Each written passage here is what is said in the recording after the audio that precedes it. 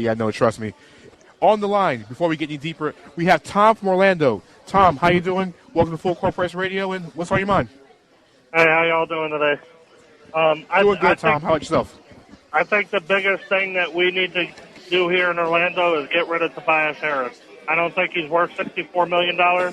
I never thought he was worth $64 million. He always starts the season off well, but then come mid-season, he drifts off and I don't know where he's going. But he ain't playing basketball. We want 3 years to get rid of the guy. You know what?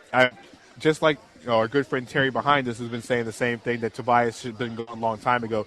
But, Tom, here's my question for you.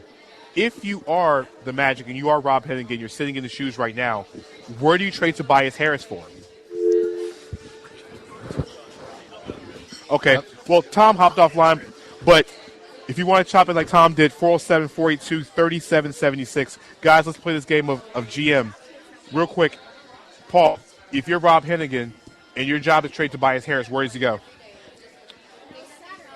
Man, that's tough. You know what? I'm going to defer to a member of our audience. He's actually got a great idea, and he's just ready to tell us. Yeah, so go for it. I tell you right now, Boston was one of the teams that was supposedly in the running for him along with Sacramento. I'm telling you right now, we give up Tobias is $16 million. We can pick up Chowder, and we can pick up Isaiah Thomas. I don't think they're going to give up Isaiah. I'm telling you right now, Isaiah Thomas as a number one point guard, bringing Alfred in behind him would be so incredibly strong. The contracts match up. If they didn't want to do that, we could take Crowder and we could take Bradley. That's more likely. Still, that works up. And I hate to say it, but if we had to give up Alfred for Isaiah and Crowder, I would do that also. The problem with Tobias Harris is, he's got 5 major problems I see. The guy is not a team leader. Your guy making the most amount of money on the team. I mean, how many huddles have you seen him take over? How many times on the bench do you see him being the one to cheer it up? I don't see it. The other thing, the guy cannot finish at the rim. He's the only guy I know that every time he goes to the rim, he will miss it, get knocked down, and they never give him a call. Victor Oladipo can't finish. It's painful. Victor's been pretty bad too. Victor's awful. I mean, Victor doesn't have a left hand. His 3-point shooting continues to drop. He shot less than 30% in January from 3-point. I mean, you can't do that in the NBA. We need a scorer. We need somebody to stretch the defense to get Vuk. He doesn't do it. The other thing about it is he doesn't have the leaps.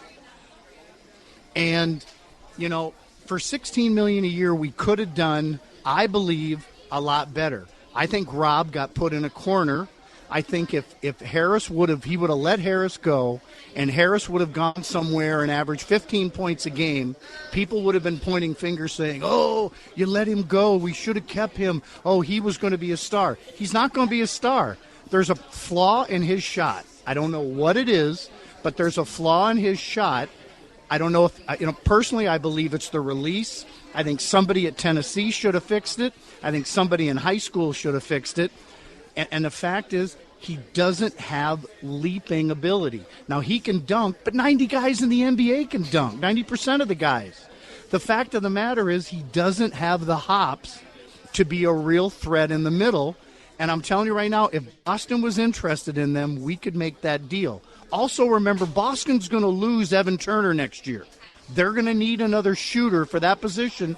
I think it would be a great trade. I think Rob should be calling him right now.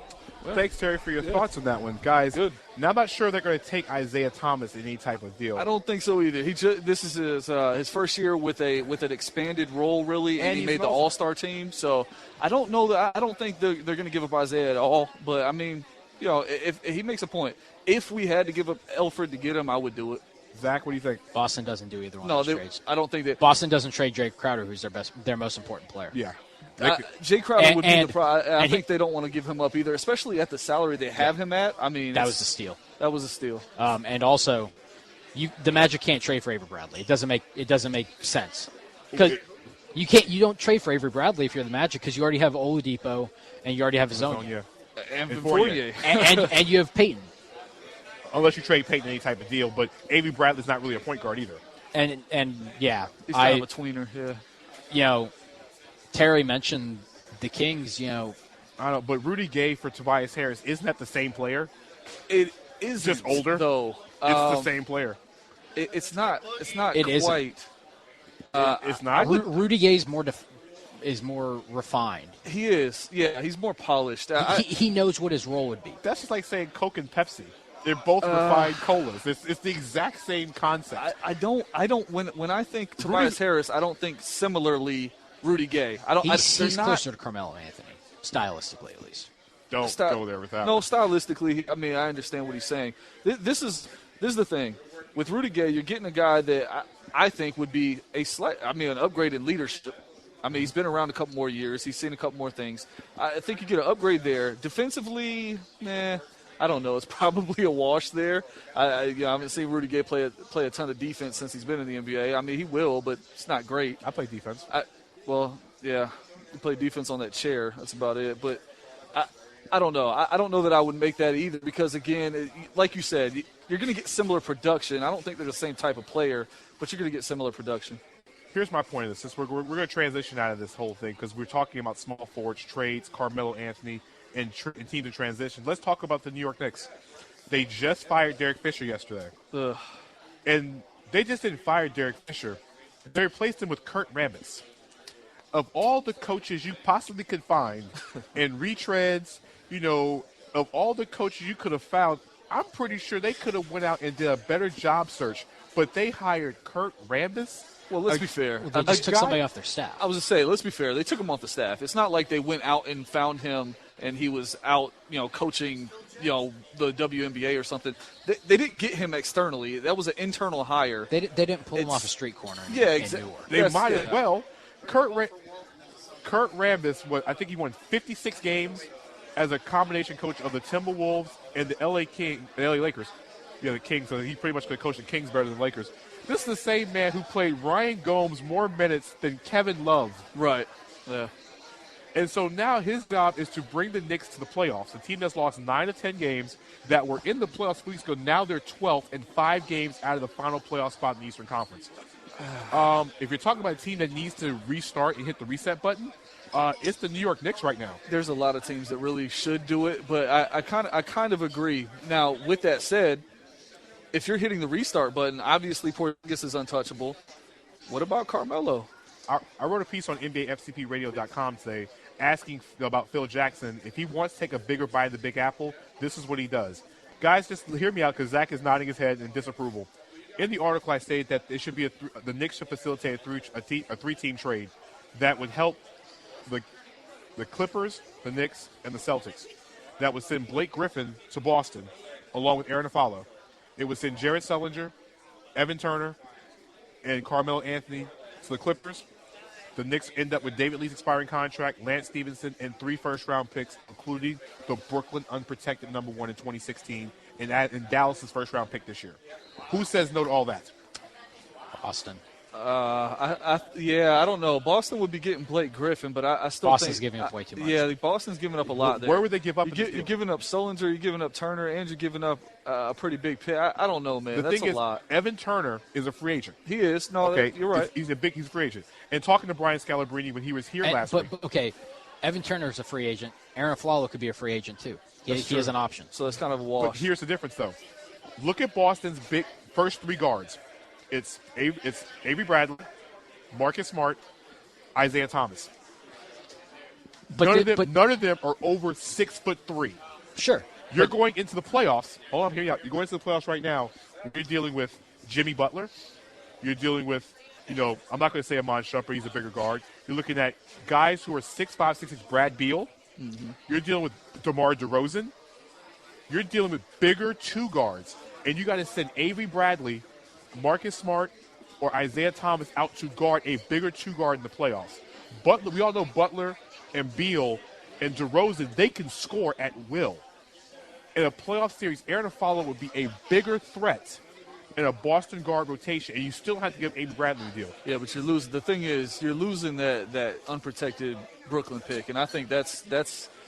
But you get that's a tall But you order. get the star that Boston's been asking for. You do get Blake Griffin. And you get Griffin, but the potential of that pick could end up being better than Blake Griffin. It could. But if you're the Celtics at this point, this is the thing. Well, if you're the Celtics, you have to ask yourself: do we want to win now, or I think you win now? I don't know. I think you win now. I don't know. I mean, it does come to a point where you have to stop picking up assets, like he said earlier. So at some point, you have to turn those assets into something. And I mean, Blake Griffin would be a pretty good haul. It's kind of I'll tell you that it's a very interesting trade thought.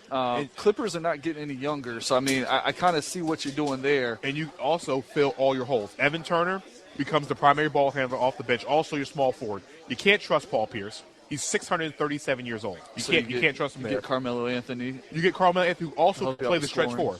But is Carmelo going to be willing to play the four? His best friend is Chris Paul. The coach is Doc Rivers. If anybody can get to Carmelo Anthony at this point in time, it's Chris Paul, whose championship window is closing, and Doc Rivers, whose championship window is closing. That's Carmelo Anthony's. It is too. Now, I know Paul had the Clippers in the finals this year. Honestly, the Clippers are a better team if they get Carmelo Anthony to play the stretch four. And also, if it doesn't work, Jared Sullinger can go right in and play power forward. He can go in. He's got the size. Yeah. And what's the Clippers' biggest problem? They have no size off the bench. They're relying on Cole Aldridge and they're going to bring back Big Baby? I mean, Josh Smith is gone. Yeah. He didn't play anyway, but Josh Smith is gone. You have Brandon Dawson, who's a rookie. You don't really have any size. Yeah, I see where you're going with this trade. I tell you, I still think Boston's probably the team that would say no to that. The Knicks. Boston would do that trade if it was DeMarcus Cousins. So you're telling, but you don't think Blake Griffin is on that same level? I'd take DeMarcus Cousins over Blake Griffin 10 times out of 10. I would as well.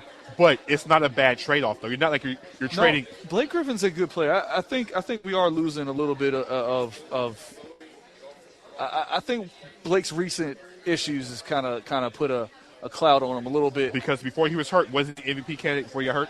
No, but he was. He wasn't? No, last season he was. Last season they he didn't was. have Chris Paul. Yeah, so I'll say this: Blake Griffin is. I mean, he's a top 10 talent, I'd say. So I mean you could swing that trade, Dan. I'm finding it hard to argue with you on this, and I hate that. You know. I mean, the scary part is the Brooklyn unprotected number one. That's the thing that if I'm Boston, if I don't have to give that up, I wouldn't. And that would entice Knicks because think about it: if that pick is number one, and it's Ben Simmons, can you imagine the marketing and the actual jersey sales in Europe because of Porzingis and everything on the South Pacific, especially Australia with Ben Simmons? You have those two together. You have what they call the Benetton front line of the NBA. And then you have $45 million in cap room on top of that. No, again, it makes sense for everybody. I'm trying to find somewhere where I can tell you you're wrong, and I can't, so it's kind of annoying.